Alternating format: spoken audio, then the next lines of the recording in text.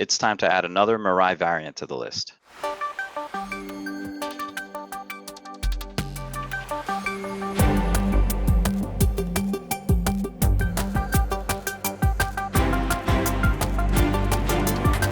So Manish, it seems to be the week of the botnets. What is it about this new Mirai botnet variant that you'd like to share with us? We would like to know, more about this one. And Mirai is definitely not old, but at the same time not new either, right? So. That's right, Bindu. What's old becomes new again, right? So another Mirai-based botnet, and this is in addition to the one that Ganesh mentioned, the Mozy botnet. This seems to be another new variant, and this variant seems to be, it was observed recently targeting a critical vulnerability in the software developer kit of Realtek-based devices. And if you know anything about the Realtek based devices, there's over 200 different devices, that range from routers, Wi-Fi repeaters, IP cameras, and the tons of other connected devices. So these devices are all over the world, and a lot of the common ones are produced by Netis, Edimax, and Repotech. So the way the vulnerability, it basically allows a remote attacker to scan for this vulnerability, right? And it takes and it performs several stack buffer overflows, and that allows the attacker to gain access and then execute arbitrary code, which then they take control of the device, unfortunately. So in this case, Realtek made they made a patch available for that version of the SDK that was vulnerable. That version, the patch was available on August 13th. However, security researchers at IoT Inspector, they published an advisory on the vulnerability on August 16th.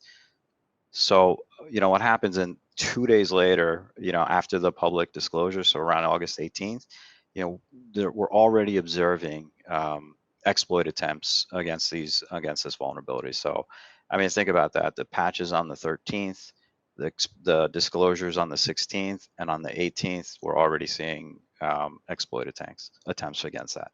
So, that turnaround time by these attackers, it's really fast. And I would imagine that most owners of these devices, that's not enough. That's definitely not enough time to get into your device, patch it, and redeploy it.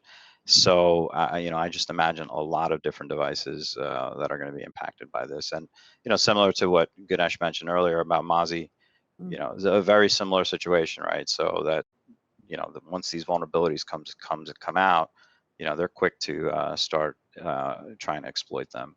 So like this quick turnaround is probably going to continue. It's going to be a really common theme because it seems almost arbitrary for them to start looking for a new vulnerability and adding that to their list of things that they try to attempt to exploit. This goes back to the point where you were talking about how this is a business, right? This is a monetized, cybercrime is a monetized Right. industry. And when we read all these numbers, right, cybercrime, $6 trillion, it's sort of, they're well funded, right? They are motivated, and, this is part of, their workload, right, to be able to do these exploits. And, in a typical organization, we have to wait for sort of the patch window, right? Like identify all these assets. To Ganesh's point, we might not even have an accurate inventory of all of our Realtek devices, right? Right. Those don't typically make an asset inventory list. We're not thinking about those. Right. And you mentioned that this is run like a business, right? And it truly is, right? Because just targeting these devices is one aspect of the overall business landscape, right? So just like as a large company, you would go out and get a vendor to do certain things for you that you're not an expert at, so you work with a vendor to do this for you. And it's a very, very similar situation here, right? As in, as a service, you may go, as an adversary, you may go and say, hey, I don't have a botnet set up to deploy my malware. Let me go rent a botnet from somebody and deploy my malware to that, to all these different devices. So it's just like very much a professional organization that's split up, and each different organization in this world has a different responsibility of what they're or I guess not responsibility. They each have a different specialization, almost, right? And it's, it's really interesting to see, over the past several years, things kind of shift over to this very professional way of doing business for them. No. I just want to say, like it seems to fit in the scheme of various IoT botnets, but the US story specifically, Manish, what's interesting and at the same time saddening is to the quick turnaround time they're trying to pivot into the new threat, right? Right. That's really threatening and scary. Right. The pace at which they're working. Right.